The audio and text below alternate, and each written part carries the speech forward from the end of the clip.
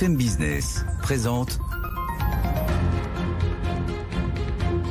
Les experts sans frontières. Mathieu Jolivet. Bonjour et bienvenue, très heureux de vous retrouver dans les experts sans frontières. Ils sont autour de moi. Aujourd'hui, ils sont d'origine américaine, ils sont ukrainiens, roumains, espagnols. On sera même à Reykjavik, à Yaoundé au Cameroun. C'est leur regard extérieur qui nous intéresse pour analyser l'actualité. Avec eux, on va voir comment est-ce qu'en ce moment, la doctrine trumpiste est en train d'infuser aux États-Unis, mais aussi en Europe. On va aussi voir quelle place peut trouver l'Europe dans ce nouvel ordre mondial qui est en train de se dessiner sous nos yeux et qui ne nous attend pas. Et puis, à 3 jours du vote de confiance qui devrait acter la chute de François Bayrou, eh bien, on a décidé, dans les experts sans frontières, de donner la parole aux Français de l'étranger. On sera donc à Yaoundé au Cameroun, à Reykjavik en Islande. On verra quel regard ces Français de l'étranger portent sur la crise politique et budgétaire que traverse la France. Les experts sans frontières, c'est parti. Mais avant, le journal avec Stéphanie Colo. BFM Business présente Les experts sans frontières. Mathieu Jolivet. Ils sont autour de moi, nos experts sans frontières. Romuald Sciorra vient de nous retrouver, franco-américain, chercheur associé à l'IRIS, directeur de l'Observatoire politique et géostratégique des États-Unis, auteur de L'Amérique éclatée aux éditions Armand Collin. Bonjour Romuald. Bonjour. Je crois que vous vivez à New York, vous êtes de passage à Paris pour un colloque au ministère des Affaires étrangères. Exactement. C'est bien ça. Eh bien, bienvenue parmi nous. Nous sommes aussi avec Violeta Moscalou, franco-ukrainienne, avec des origines roumaines aussi, je crois. Oui. Bienvenue parmi nous. Vous êtes présidente de Global Ukraine, professeur associé à l'Université de Lorraine et vous avez créé, vous nous en parlerez tout à l'heure, une fintech qui est très active, notamment auprès de la diaspora ukrainienne. Et puis, je vous le présente pas, Juan José Dorado, correspondant en France pour la presse espagnole. Très heureux de vous retrouver avec nous. Buenas tardes. Aussi, bien sûr, Damien Degeorges qui est avec nous, consultant français basé à Reykjavik. C'est un spécialiste des pays nordiques. On le retrouvera tout à l'heure. Il va nous parler des ingérences américaines au Groenland en ce moment. Bonjour Damien, bienvenue dans les Experts sans frontières. Pour se mettre dans l'ambiance, je voulais qu'on commence cette émission avec cette grand-messe des conservateurs américains. Ils étaient réunis toute la semaine à Washington pendant 3 jours, réunis par la fondation Edmund Burke. Une centaine d'intellectuels, il y avait des chefs d'entreprise, des politiques. Ils ont tous planché sur le trumpisme. Écoutez la bande-annonce des conservateurs. Since the first NatCon in 2019, national conservatism has shaped the conversation on the most pressing challenges facing America. Les conservateurs sont en train de gagner la bataille des idées. From foreign policy to domestic. Nous avons dépensé quoi ? 6 500 milliards de dollars dans des guerres sans fin et au final, tout ça pour presque rien. Cette crise à la frontière est la plus grande vulnérabilité sécuritaire que ce pays n'ait jamais connue. Romuald, vous êtes un observateur assidu de la société américaine, vous êtes franco-américain, vous vivez à New York. Là, on entendait dans cette bande-annonce des conservateurs le vice-président J.D. Vance dire, en galvanisant ses troupes, nous avons remporté la bataille des idées. Est-ce qu'au sein de la société américaine, c'est vrai ? Oui, en grande partie, c'est vrai. Il faut avoir toujours en tête que nous parlons beaucoup trop de Donald Trump depuis le 20 janvier.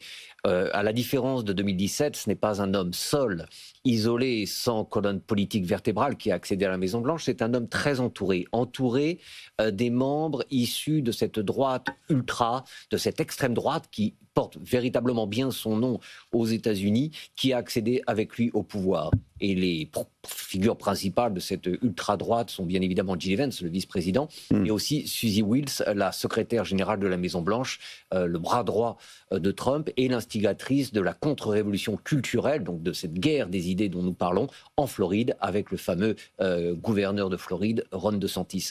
Donc oui, la bataille des idées est en partie gagnée.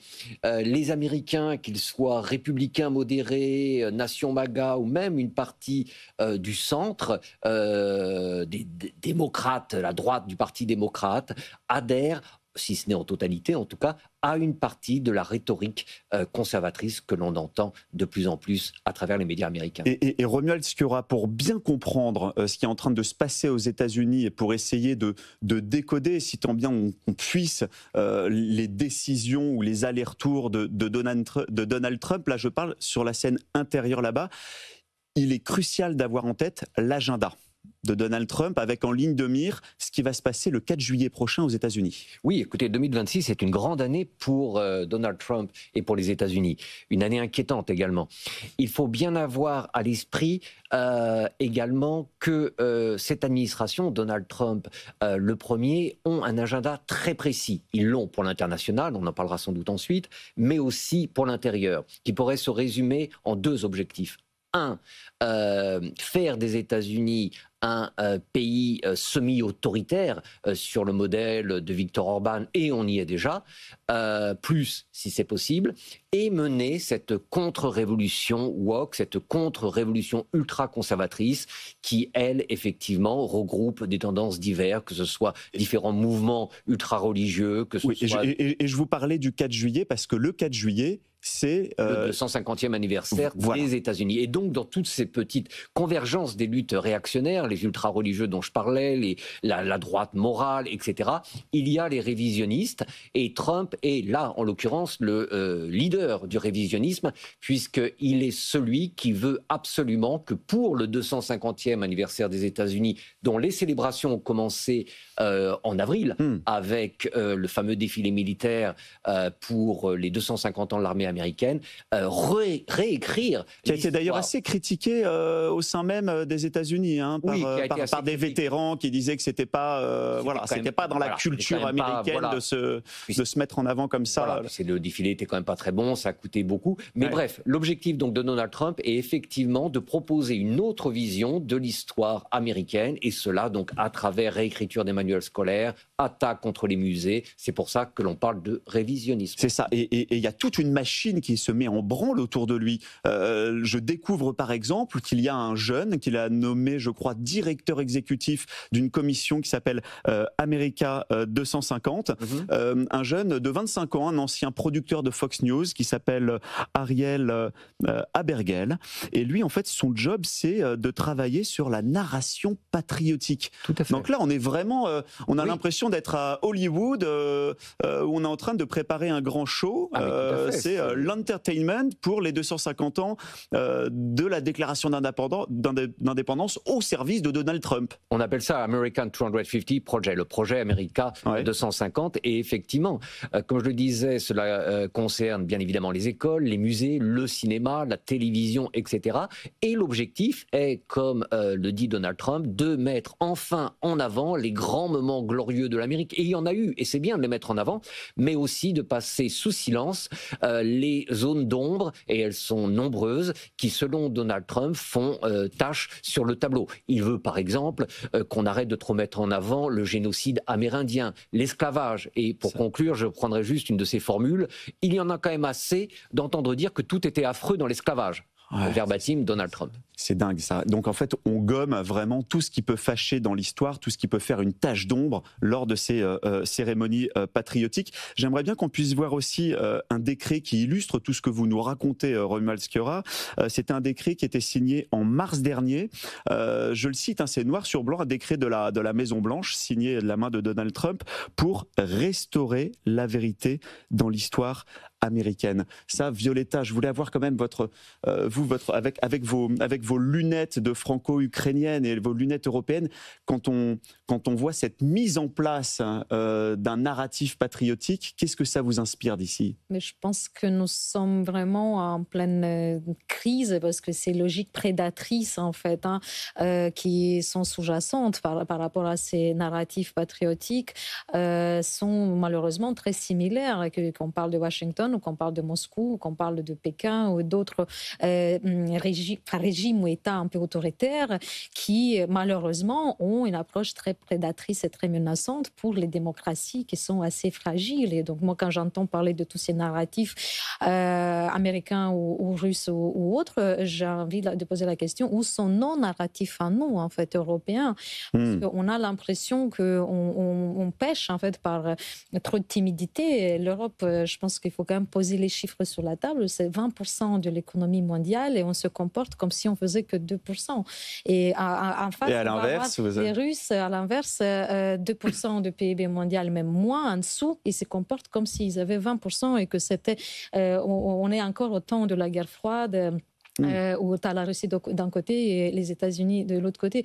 Donc malheureusement, c'est un temps d'électrochoc. Et en fait, bon, du point de vue du management, dès qu'on parle de crise, c'est une opportunité pour se réinventer, pour rebooster, pour se mobiliser. C'est pas, on n'a pas dit le dernier mot, je pense, mais il faut quand même qu'on s'interroge très sérieusement. Et surtout dans ce narratif patriotique, on voit bien que cette manipulation du passé, comme celle-là qui est pratiquée en ce moment par Poutine, par Donald Trump, c'est des choses qui peuvent avoir des conséquences directes, concrètes sur la réalité des conflits. Hein. C'est quelque chose qui peut même... Alors je ne sais pas si en Russie ça galvanise les troupes, si ça trouve un écho en Russie, ils sont ce récit. Excusez-moi l'expression, ils sont complètement zombifiés par la propagande médiatique que le Kremlin distille depuis l'arrivée de Poutine au pouvoir, en fait, hein, depuis 2000. Il va oser dire, souvent mettre en question la légitimité du président ukrainien Vladimir Zelensky, par exemple, pour dire oui, son mandat est arrivé à la fin, il faudrait qu'il y ait quelqu'un d'autre. Sauf qu'aujourd'hui, permettez-moi de rappeler qu'il y a toute une génération de Russes aujourd'hui qui n'ont jamais vu un autre président, en fait, hein, parce qu'il est là depuis 25 ans. La petite parenthèse de Medvedev, Premier ministre, ils ont fait un jeu de chaises musicales, ça ne comptait pas. Donc, effectivement, c'est très, très inquiétant. Et encore une fois, on n'a pas le choix, parce que je ne peux pas imaginer le 21e siècle avec les régimes autoritaristes qui gagnent, en fait, hein, et qu'on vive sur un temps de terreur et qu'on ait peur. Et que, c'est ça, on sent qu'il y a des empires qui sont en train de se construire avec des ressorts qui sont les mêmes un peu partout dans le monde. Qui empoisonnent des gens en Europe, en Grande-Bretagne et autres, ou que ce soit les Américains qui se permettent des commentaires, Elon Musk, j'ai des Vance pour ne pas les nommer, qui voient qu'ils sont énervés parce qu'en Europe, il y a un minima de régulation et qu'ils ne peuvent pas faire ce qu'ils veulent avec leurs plateformes technologiques et autres. C'est quand même super inquiétant. On reviendra d'ailleurs sur ces volontés belliqueuses ou d'ingérence américaine dans le monde un petit peu plus tard.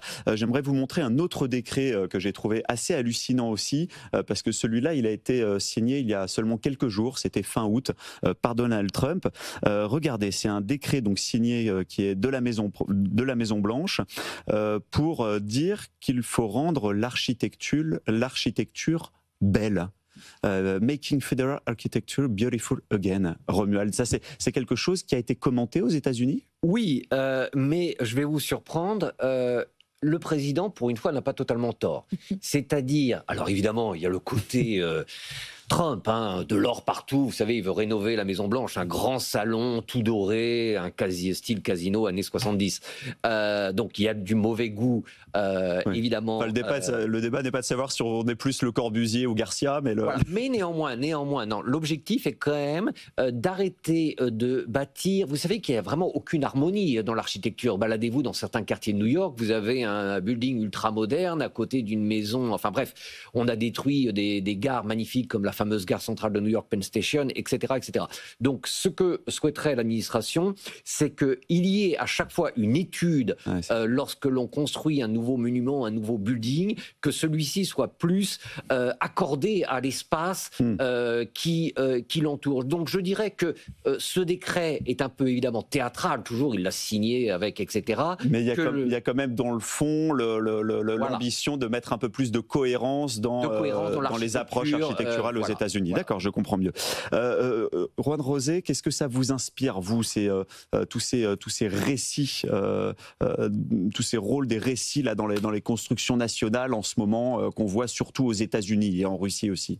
Bon, le cas des États-Unis, on le connaissait depuis longtemps, puisque Donald Trump avait déjà annoncé la couleur dès son premier mandat. Donc, tout simplement, comme vous l'avez dit, cette fois-ci, à son 12e mandat, il est pas tout seul comme il était au début de son premier mandat. Donc, on savait à quoi s'attendre. D'ailleurs, lors de la campagne, il l'a annoncé, il l'a dit. Donc, on n'est pas surpris. Par contre, effectivement, là où je veux en venir, c'est, vous avez parlé effectivement des Verts des États-Unis, une espèce de pays semi-autoritaire à le style de l'Hongrie de Orban, mais c'est vrai que quand vous regardez quels sont ses grands rivaux aujourd'hui, c'est notamment la Chine.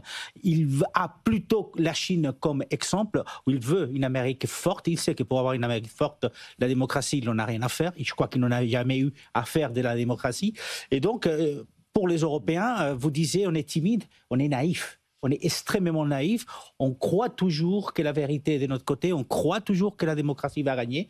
Peut-être, mais face à Xi Jinping, face à Poutine, face à Donald Trump, l'Europe, effectivement, elle pèse énormément dans l'économie mondiale, mais la réalité est que politiquement, on est des nains à côté de ces trois pays. C'est ça, avec cet appel à l'électrochoc qui, pour l'instant, est un véritable coup d'épée dans l'eau.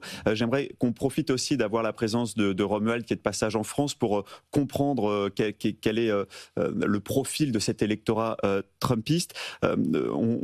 On sait que parmi ces électeurs trumpistes, il y a tous ceux qu'on appelle les techno-libertariens. Alors on connaît un peu Elon Musk ici en France, où certains ont entendu parler de Peter Thiel.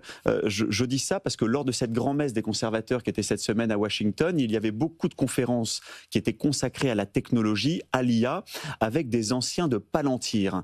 Palantir qui est un mastodonte de la tech, qui travaille pour la NSA, pour la CIA, qui a été fondé par Peter Thiel, qui a fait des études de philosophie, qui est un gourou de la Silicon Valley.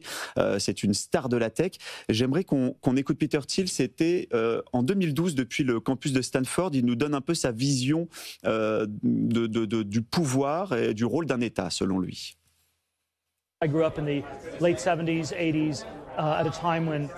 J'ai grandi dans les années 70 et 80, à une époque où planait le spectre du communisme, du totalitarisme. Et d'une certaine manière, le libertarisme était à l'opposé de l'État totalitaire. Il s'agissait donc de relever le défi du totalitarisme et de défendre l'idée qu'il fallait réduire le pouvoir parce que le pouvoir corrompt et le pouvoir absolu corrompt tout. Violetta, qu'est-ce que ça vous inspire ?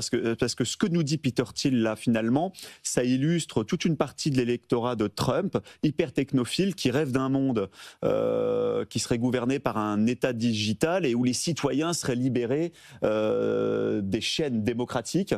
Ils n'aiment pas les démocraties telles qu'on l'a connues jusqu'à aujourd'hui. Aucune régulation, aucun impôt.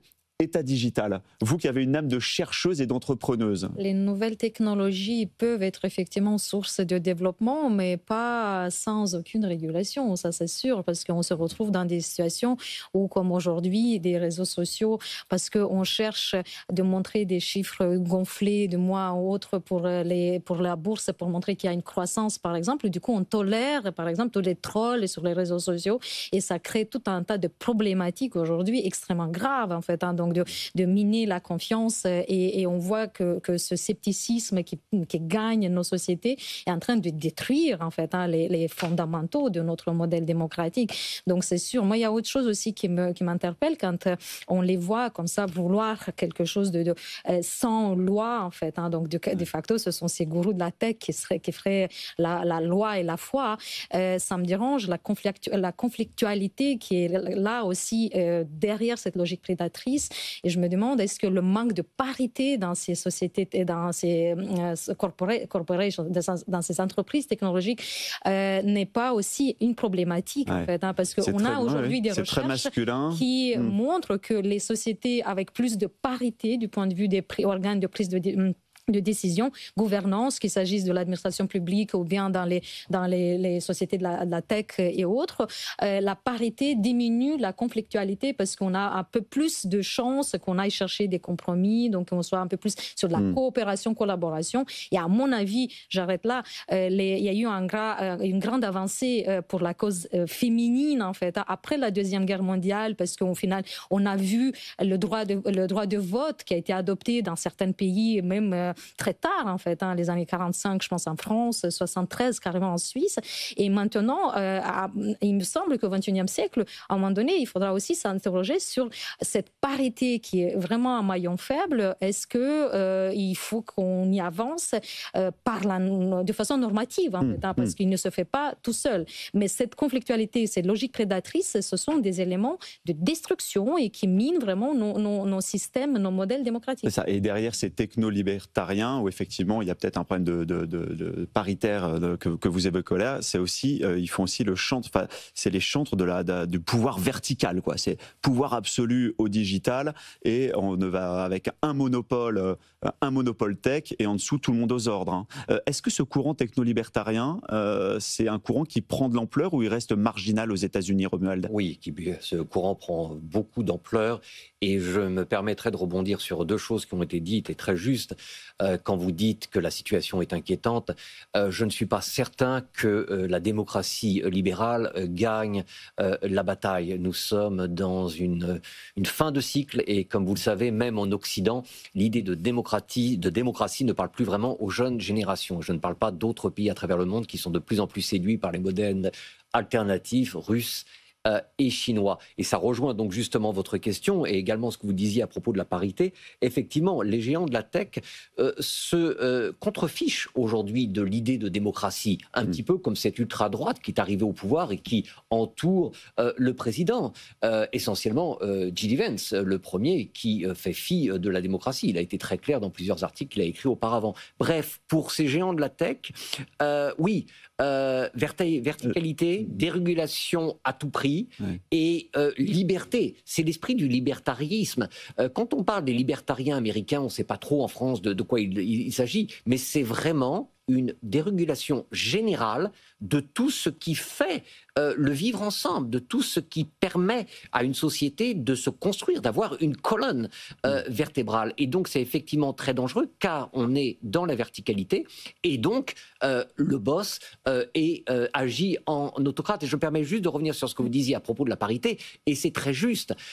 On est dans un pays aux États-Unis où la parité est également en grand danger. Rappelez-vous, enfin vous savez ce qui arrive aujourd'hui de plus en plus, la situation des femmes, ce que le secrétaire à la Défense lui-même a publié en disant oui, ça pourrait être quand même pas mal que les femmes restent à la maison, et les géants de la tech entretiennent ce masculinisme. Il y a un masculinisme rampant aux États-Unis qui est de plus en plus fort. On va marquer une courte pause. Vous parliez tout à l'heure, Romuald Sciorra, de cette convergence finalement des forces réactionnaires un peu dans le monde. On va marquer une courte pause et on verra après comment est-ce que cette doctrine trumpiste est en train d'infuser un peu partout en Europe. On va voir ça avec nos experts sans frontières juste après une courte pause.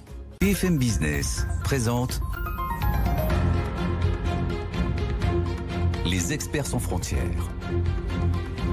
Mathieu Jolivet.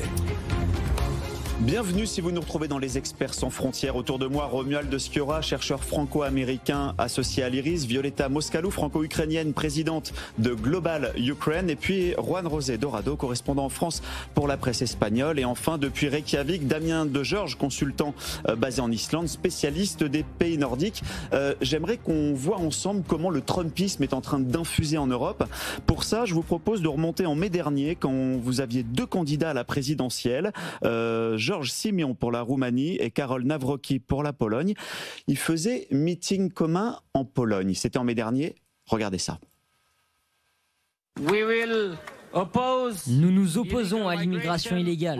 Nous nous opposons au sentiment anti-américain en Europe.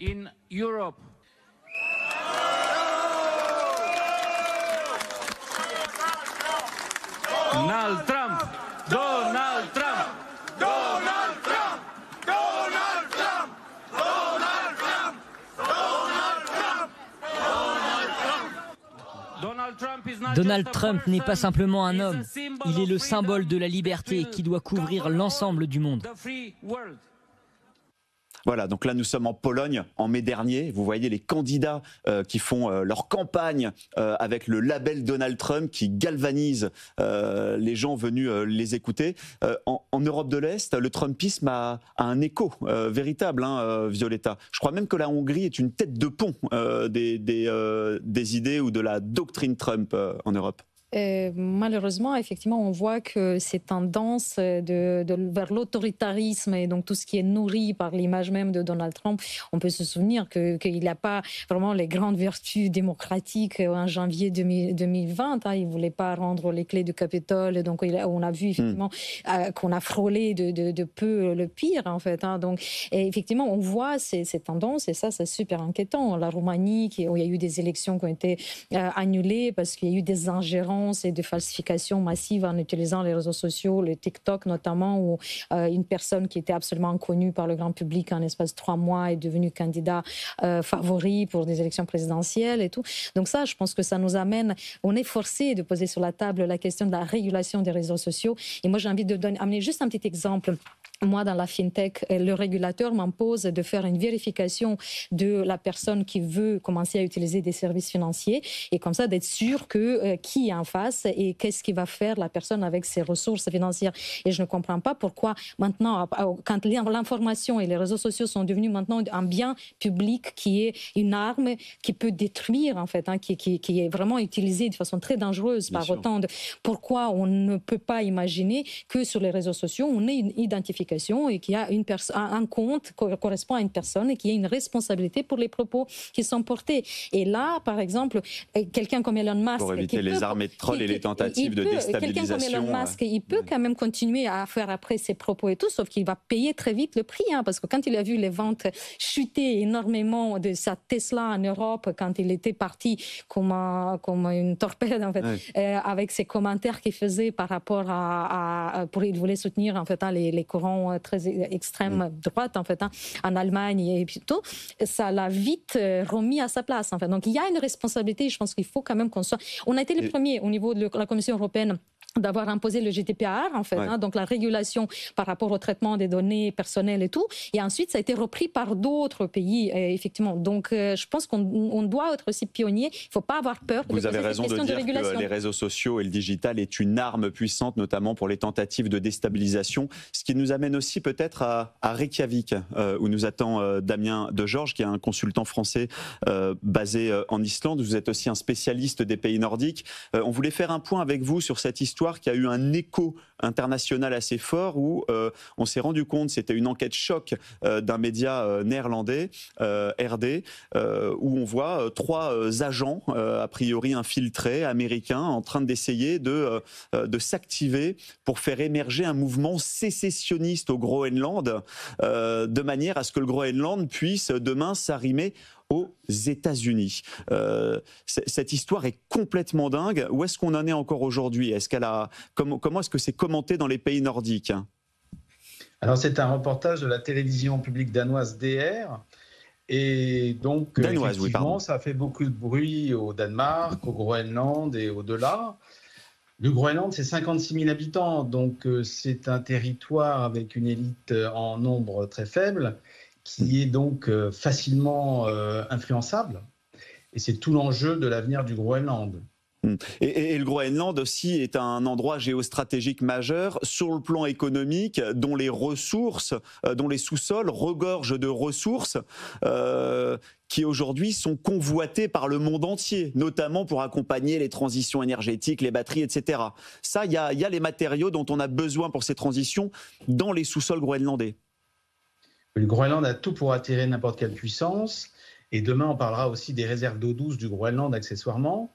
Le Groenland, c'est un territoire grand comme 4 fois la France qui voulait voguer vers l'indépendance. Et puis finalement, Donald Trump l'a rattrapé en lui montrant finalement qu'est-ce que ce serait d'être indépendant.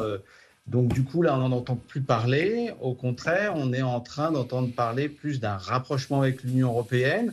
Ça rappelle l'époque où Poutine a envahi l'Ukraine et où la Suède et la Finlande se sont tournées vers l'OTAN. La France, d'ailleurs, ne veut pas laisser ce terrain libre aux Américains. Jean-Noël Barrot s'est empressé, notre ministre des Affaires étrangères, de faire un déplacement au Groenland. C'était le week-end dernier. Écoutez-le. Le Groenland n'est pas à prendre. Le Groenland n'est pas à vendre. Et comme l'ont rappelé les autorités danoises et groenlandaises, les manœuvres récentes sont inacceptables et irrespectueuses. On ne construit pas la grandeur d'une nation sur la servitude de ses voisins et de ses alliés. ni sur la projection d'une domination continentale ou hémisphérique. C'est une voie sans issue, ni en Europe, ni ailleurs, ni en Arctique, ni ailleurs. La force doit l'emporter sur le droit. Voilà, la force ne doit pas l'emporter sur le droit. Quand vous entendez ça, Juan José Dorado, finalement, tout à l'heure, on parlait d'une Europe qui était un peu naïve, mais est-ce que la France il n'y a pas une forme de naïveté à plaider ça face à Trump ? Mais restons naïfs quand même un tout petit peu, puisqu'on est européen et on n'est pas américain, ni chinois, ni russe. Mais c'est vrai que ce déplacement et d'autres qui vont venir, d'autres leaders européens sont importants parce qu'effectivement, comme vous l'avez dit, ça va rapprocher effectivement le Groenland de l'Union européenne et ça va rapprocher aussi le Groenland de son pays d'adoption, le Danemark. Parce qu'effectivement, peut-être que le Groenland avait à un moment donné ce sentiment d'être abandonné ou isolé par rapport à d'autres territoires, et ben la démarche américaine fait effectivement, il va se rapprocher de nous. Et ça un signal de plus que l'Europe doit se montrer un petit peu soudée. Un peu plus soudée parce quand que les autres se posent un peu moins de questions, surtout. Voilà, et parce que ce n'est pas le premier exemple. L'ingérence américaine, elle est historique, d'abord en Amérique latine, maintenant elle arrive en Europe, mais rappelons-nous tout simplement que c'est la même chose qu'a fait l'Union soviétique à l'époque, aujourd'hui la Russie, pas plus loin que 2017 où ils avaient prêté main forte aux indépendantistes catalans pour organiser la sécession de la Catalogne de l'Espagne. L'ingérence américaine en Amérique du Sud, vous faites bien d'en parler. Il y a les tensions qui sont en train de monter d'un cran en ce moment entre les États-Unis et le Venezuela, qui est une véritable bête noire pour les Américains. Une force navale américaine qui s'approche des côtes vénézuéliennes. Écoutez, c'était le 1er septembre, le président vénézuélien Nicolás Maduro qui met en garde Donald Trump. Donald Trump,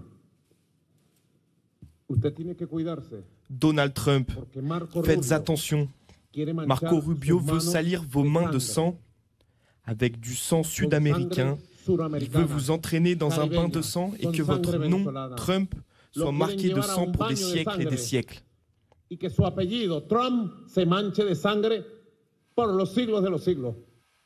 Bon, je rappelle qu'au lendemain de cette menace, Donald Trump a fait savoir sur Truth Social qu'ils avaient dézingué une embarcation vénézuélienne avec 11 morts, en disant que c'était 11 narcotrafiquants, que Nicolás Maduro, ils ont mis 50 millions de dollars pour qui le capturerait. C'est du jamais vu dans l'histoire au niveau d'un chef d'État. Romuald Sciorra, là, on sent que l'étau est en train de se resserrer sur le Venezuela, qui, au-delà de l'historique, le passé du chavisme, etc., on sent que Donald Trump, là, ne veut plus perdre de temps pour essayer de remettre dans le giron américain une terre qui a des ressources pétrolières monumentales. Tout à fait. Et je reviens brièvement sur le Groenland. Oui. Ces deux ingérences sont très différentes. Le Groenland nous a fait rentrer dans une ère tout à fait nouvelle. C'est-à-dire pour la première fois de leur histoire. Oui, je crois qu'on a un petit problème de micro, Romuald. Donc, oui. Je pense qu'on va régler tout de suite votre micro. On va régler ça peut-être sur cette ingérence au Venezuela. Est-ce que c'est quelque chose qui nous en dit long sur l'histoire aussi du chavisme et de l'anti-impérialisme qui s'est construit face aux Américains depuis des décennies maintenant? C'est une réalité parce que ça a été la basse-cour des États-Unis a toujours été l'Amérique latine. Il faut aller juste quelques années en arrière. On va se rappeler le Panama de Noriega et l'intervention américaine. Donc effectivement, là aujourd'hui, c'est le Venezuela. C'est vrai que le Venezuela est un pays autoritaire ou une dictature. Vous allez l'appeler comme vous voulez. Ça dépend de quel côté vous êtes. Mais la réalité, c'est une réalité aussi économique et ce sont les ressources pétrolières qui sont énormes du côté du Venezuela. On sait aussi que les relations avec le Mexique de Donald Trump et le Mexique sont assez compliquées par rapport effectivement à l'immigration à la frontière entre les deux pays. Mais Donald Trump a toujours besoin, même s'il a voulu sortir ses soldats du Moyen-Orient, il a toujours besoin d'avoir l'arme militaire quelque part. Aujourd'hui, c'est le Venezuela. Demain, ça sera certainement un autre pays. Mais c'est aussi une façon de tenir les Américains en haleine, en quelque sorte, parce qu'on est en état de guerre, entre guillemets. Allez, on va marquer une courte pause et ensuite on verra avec vous quand même quelle place peut trouver l'Europe face à ces nouveaux empereurs qui s'affirment autour de nous. Et puis j'aimerais bien avoir aussi votre regard sur la crise politique et budgétaire que traverse la France. On filera d'ailleurs à Yaoundé, au Cameroun. On donnera la parole aux Français de l'étranger. À tout de suite. BFM Business présente Les experts sans frontières. Mathieu Jolivet. À 3 jours du vote de confiance qui devrait acter, sauf miracle, la chute de François Bayrou et de son gouvernement, on voulait dans les experts sans frontières donner la parole à ces Français de l'étranger pour savoir comment est-ce que eux regardaient, vivaient, si c'était un sujet ou pas pour eux, ce qui se passe aujourd'hui en métropole. On va retrouver tout de suite Olivier Leloustre, qui est chef d'entreprise, conseiller des Français de l'étranger. Vous êtes installé, Olivier, depuis plus de 20 ans à Yaoundé, au Cameroun. J'ai regardé, c'est à 5068 km de Paris, à vol d'oiseau. Comment est-ce que vous, avec votre casquette de chef d'entreprise, vous avez travaillé depuis 20 ans dans les telcos, dans la cyber, comment depuis le Cameroun, vous vivez cette crise politique et budgétaire? Est-ce que c'est un sujet? Alors, pour être très, très honnête, effectivement, c'est pas vraiment un sujet. On vit ça un petit peu de loin. On est plus intéressé à l'image en fait que la France peut donner en fait vue de l'extérieur. Vous savez, ici au Cameroun, on a une relation très particulière avec la France et les Camerounais regardent avec énormément d'attention ce qui se passe. Et tous les ans, par exemple, personne ne le sait, mais on a une croix de Lorraine. Et tous les ans, on fête en fait le départ de la colonne Leclerc depuis le Cameroun. Et vous voyez, donc cette relation est très très forte. Et nous, ce qui nous fait un petit peu peur et ce qui nous inquiète, c'est quelle est l'image que la France donne, cette grande démocratie, de cette grande puissance aux amis, nos amis camerounais. Olivier Leloustre, avec votre autre casquette que vous avez, qui est celle des conseillers des Français de l'étranger, là pour le coup, le sujet d'une éventuelle crise budgétaire, si on devait aller dans la durée, dans une crise politique, et un emballement de la dette, etc., ça c'est quelque chose que vous surveillez quand même, qui peut impacter des projets pour les Français de l'étranger. Ah oui, alors là, c'est effectivement, on change de casquette. Je me suis engagé pour me soucier du quotidien des Français de l'étranger depuis quelques années, ici au Cameroun. La France, en fait, aide nos compatriotes en difficulté, que ce soit au niveau des allocations sociales, au niveau des bourses scolaires. Et donc, effectivement, on est très, très inquiet de savoir si tous ces budgets ne seront pas réduits. À titre personnel, je me suis lancé dans la construction d'une école internationale à Kribi. Et effectivement, je compte beaucoup sur les soutiens du tissu associatif français, donc des budgets, pour pouvoir pérenniser ce projet. Merci beaucoup Olivier Leloustre. Je rappelle, vous êtes chef d'entreprise installé depuis plus de 20 ans à Yaoundé au Cameroun. On file maintenant à Reykjavik avec vous, Damien Degeorges. Vous êtes un spécialiste des pays nordiques. Comment est-ce que c'est commenté depuis les pays nordiques, cette crise politique et budgétaire que traverse la France? Très clairement, on voit ça d'une manière pas très drôle à la fin. C'est-à-dire qu'on voit aussi qu'il y a une élection présidentielle à l'horizon de 2027. Et on peut se dire, au fond, que dans le débat français, il y a une partie immergée de l'iceberg qui n'est pas très présente, à savoir que vous avez d'une part la partie, bien sûr, financière, économique de la dette, mais il y a la partie géopolitique. Alors, vous vous rappelez peut-être de l'épisode des frugaux au sein de l'Europe, avec ces pays du Nord qui ne voulaient pas d'endettement commun au niveau européen. Et puis, finalement, ils ont lâché du lest sur la défense. Oui, on peut monter à 5% de dépenses sur PIB. Acté à la haie, effectivement, en mai dernier, oui. Voilà, quand la Suède le dit, pays AAA sans problème d'endettement, ça devient crédible. Quand la France le dit, on se pose des questions. Et le vrai sujet géopolitique, c'est 2027. Si la France bascule sur un changement géopolitique, si, pour dire les choses, les Français élisaient un président ou une présidente, comment dire en bon français, Poutine-friendly, eh bien là, brusquement, je pense que les Nordiques et les Baltes pourrait être beaucoup plus exigeant vis-à-vis de la France par rapport à son point faible qu'est la dette souveraine. Merci beaucoup pour votre analyse et commentaires depuis Reykjavik en Islande, Damien de Georges. Juan José Dorado, quand vous entendez ces réactions des Français de l'étranger, vous, est-ce qu'il n'y a pas une forme de lassitude en Espagne, qui est un pays voisin, qui a fait les efforts qu'il devait faire, qui a relevé la tête de l'eau, et de voir les Français, ce village gaulois, s'écharper autour des jours fériés et voir leurs dettes s'accumuler? C'est vrai, notre intervenant depuis Reykjavik parlait des pays frugaux. Rappelez-vous, l'Espagne était parmi les pigs qu'on avait appelés, ces pays latins, entre autres, qui dépensaient sans compter. L'Espagne, effectivement... Ça, c'était avant la remontada. Avant la remontada, effectivement. Donc, l'Espagne a beaucoup souffert parce que ce qui est proposé aujourd'hui en France, le Portugal, l'Espagne, l'Italie et la Grèce l'ont déjà vécu il y a quelques années. On sait que c'est nécessaire.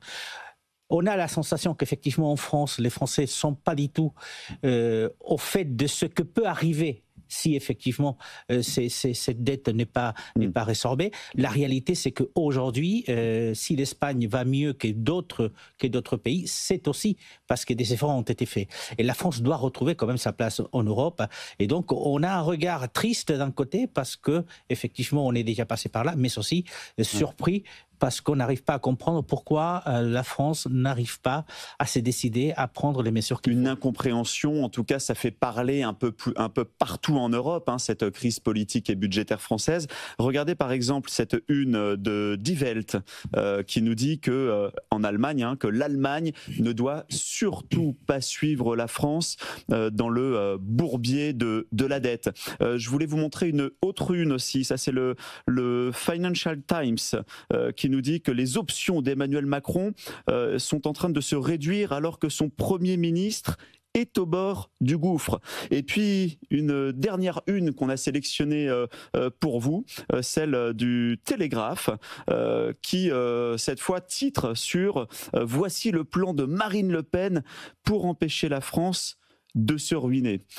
Donc là, on a le sentiment, d'ailleurs, quand on va rebondir peut-être sur ce dernier titre du Télégraphe, on a un peu le sentiment qu'en ce moment, si on élargit en Europe, il y a l'Europe qui est en train de se méloniser, si je peux me permettre ce mot, Violeta Moscalo. Il y a un gros problème derrière ces difficultés de trouver des solutions à la problématique de la dette, en fait, de la France. C'est tout ce qui est la crise de confiance des citoyens envers les institutions démocratique envers la représentativité de l'Assemblée nationale et le fait qu'on se tourne du coup vers les extrêmes droite ou gauche parce qu'on n'a plus vraiment confiance que le système actuel il peut être juste en fait.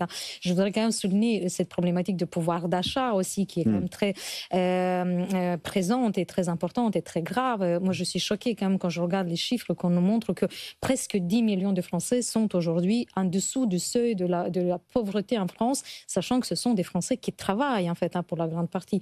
Donc ça, je pense que c'est quand même quelque chose de très compliqué. Et moi, ça me fait peur quand vous dites, oui, on pourrait avoir tout à l'heure à distance, on pourrait avoir en 2027 un président et une présidente Poutine-friendly. J'ai pas envie de ce scénario, mais c'est grave en fait, de dire que la France, le pays des droits de l'homme, le pays quand même qui a amené dans la démocratie toutes ces valeurs, liberté, égalité, fraternité, pour nous, ce sont pas des vaines paroles. Et je pense que il faut qu'on cherche des solutions intelligentes en fait, pour montrer aux citoyens qui sont aujourd'hui en difficulté, une grande partie des Français, qu'on peut trouver des façons quand même de rééquilibrer un petit peu et que ces écarts entre les revenus et dans le pouvoir d'achat, le mode de vie puisse être rétabli. Par exemple, pourquoi pas... C'est un sujet qui vous est cher, je crois que vous avez fait votre thèse sur l'actionnariat salarié. Sur le partage de la valeur. Je pense que les Français comprendraient mieux si les grandes entreprises, au moment où on gagne quand même, quand on crée de la valeur, on serait un peu plus équilibré dans la façon de distribuer et que ça ne soit pas les 3/4 ou les 80% subventions qui sont distribuées au capital, mais qu'on essaye quand même aussi de récompenser. Surtout que les études montrent que les entreprises qui font de l'actionnariat salarié une stratégie ont meilleur rendement, meilleure performance, et ainsi de suite. On voit aussi l'exemple d'autres pays. Je pense que ça peut être une solution aussi à mettre au centre des débats chez nous en France. Juan Rosé. Juste rappeler quand même, si on regarde la situation politique en Europe, on voit que la plupart des pays ont tourné à droite. C'est une réalité. Aujourd'hui, en Italie, droite, extrême droite, si vous voulez, mais on voit aussi les Pays-Bas, on voit aussi la plupart des grands pays qui sont tournés à droite. Vous avez parlé tout à l'heure des pays de l'Est. Bien sûr, il y a l'Hongrie des Orban, mais la réalité aujourd'hui, c'est ça, c'est que la population européenne regarde plutôt à droite qu'à gauche. Et ça, c'est une réalité à laquelle il faut assumer. Allez, on arrive à la dernière partie de notre émission. Il ne nous reste plus que 3 minutes, donc je vous demanderai vraiment de pitcher très très rapidement. On demande maintenant chaque semaine à chacun d'entre vous de sélectionner un article de votre pays respectif, de nous dire pourquoi vous l'avez choisi. Donc là, c'est vraiment 1 minute chacun si ça vous va. Je commence avec vous, Violeta Moscalou, c'est votre carte blanche. Je trouve ça génial, votre article que vous avez choisi en Ukraine sur une histoire de label testé en Ukraine. Testé en Ukraine, effectivement. Donc, j'ai pris Kiev Post, qui est un média ukrainien anglophone, pour que ça puisse être compréhensible par la rédaction aussi. Qu'est-ce qui se passe derrière le test en Ukraine sur les drones, en fait, sur les certifications. Et on nous montre vraiment de façon très claire que l'Ukraine apporte beaucoup par l'innovation du terrain, par toutes les données que les fabricants, les industriels étrangers peuvent avoir sans être obligés de dépenser beaucoup sur la R&D, la recherche et développement en fait, pour faire tester les innovations pour les drones avec des cycles ultra rapides aussi et tout. Sauf que les Ukrainiens ne reçoivent pas forcément la contrepartie en fait, parce que souvent ils ont l'impression qu'on les a utilisés pour qu'ils fassent ces tests hyper rapides. Les industriels ensuite vont aller générer de la valeur. Ils s'attendraient peut-être qu'on reverse un peu plus ou qu'on renvoie une partie de la production. En tout cas, ça met en avant le testé en Ukraine. Vous avez aujourd'hui le made by China et puis le testé en Ukraine. Juan Rosé Dorado, vous, c'est un article d'El País sur les chiffres du tourisme qui vous a interpellé.